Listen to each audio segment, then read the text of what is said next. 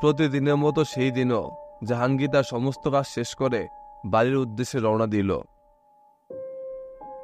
কিন্তু সেই দিনটা অন্য দিন থেকে ভিন্ন ছিল, কারণ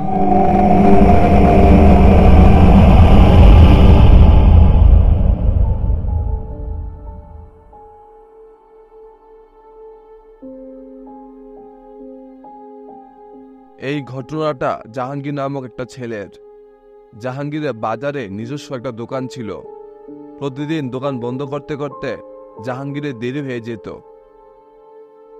যেই দিনের ঘটনা, সেই দিনও জাহাঙ্গীরের দোকান বন্ধ করতে করতে দেরি হয়ে গিয়েছিল। দোকান বন্ধ করে জাহাঙ্গীর একা একা তার বাড়ির উদ্দেশ্যে হাঁটতে লাগলো। সেই দিনের পরিবেশটা সম্পূর্ণ ভিন্ন ছিল, গা ছমছমে আর নীরব। পরিবেশ যেন আগাম বার্তা দিচ্ছিল কোনো কিছু ভয়ানক হবে, অনেক ভয়ানক।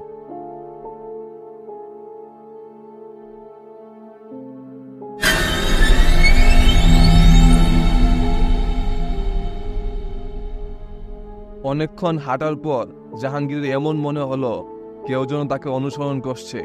বিষয়টা কি বোঝার জন্য জাহাঙ্গীর পিছনে তাকালো আর দেখলো একটা কাটা হাত হাওয়ার মধ্যে ভাসছে।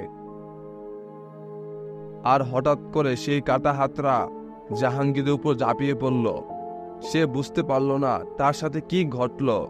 সে বাঁচাও বাঁচাও বলে চিৎকার করবে, সেই শক্তিও হারিয়ে ফেলেছিল। সবকিছু অন্ধকার হয়ে যেতে লাগলো, আর জাহাঙ্গীর এমন মনে হলো তার ভিতরে তার আত্মা নেই। অনেকক্ষণ পর অন্ধকারের মাঝে জাহাঙ্গীর একটা অবয়বকে দেখতে পেল। সে অবয়বটার একটা বিষয় লক্ষণীয় ছিল, তার একটা হাত কাটা ছিল। আবারও সবকিছু ধীরে ধীরে অন্ধকার হয়ে যেতে লাগলো। পরের দিন সকালে সূর্যের ঝিলমিল আলোয় জাহাঙ্গীরের হুঁশ ফিরল। হুঁশ ফিরতে জাহাঙ্গীরের গতকাল রাতের সকল ঘটনা মনে পড়ে গেল। জাহাঙ্গীর এখন এই পরিস্থিতিতে সেই বিষয়গুলো নিয়ে চিন্তা করতে চাই না, তাই সে দ্রুত বাড়ির উদ্দেশ্যে হাঁটা শুরু করল। বাড়িতে গিয়ে ভালো করে গোসল করে বাড়ির এক কোণে বসে সে গতকাল রাতের সকল ঘটনা চিন্তা করতে লাগলো। অনেকক্ষণ চিন্তার পর জাহাঙ্গীর একটা বিষয় বুঝতে পারে, যেই গন্ডগোলই হোক না কেন সেই গন্ডগোল তার নতুন রাস্তা, অর্থাৎ সেই জঙ্গলটাকে নিয়ে। কারণ এই প্রথম জাহাঙ্গীর সেই জঙ্গল দিয়ে তার বাড়ির উদ্দেশ্যে এসেছে।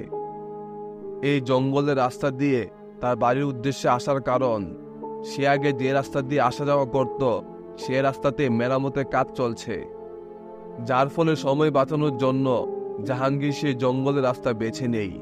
কিন্তু জাহাঙ্গীর সেই জঙ্গলে অতীত সম্পর্কে কোনো কিছুই জানত না। তাই জাহাঙ্গীর এই জঙ্গলের অতীত সম্পর্কে জানার জন্য বিভিন্ন এলাকাবাসীর কাছে যায় আর একটা অদ্ভুত ঘটনা সম্পর্কে জানতে পারে। আর সেই ঘটনাটা হলো, বহু বছর আগে সেই জঙ্গলে একটা মানুষ বসবাস করত। সেই মানুষটা জঙ্গলে নিজের জন্য একটা কুঁড়েঘর তৈরি করে, আর তার তৈরি করা কুঁড়েঘরেই সে সম্পূর্ণ একা একা বসবাস করত।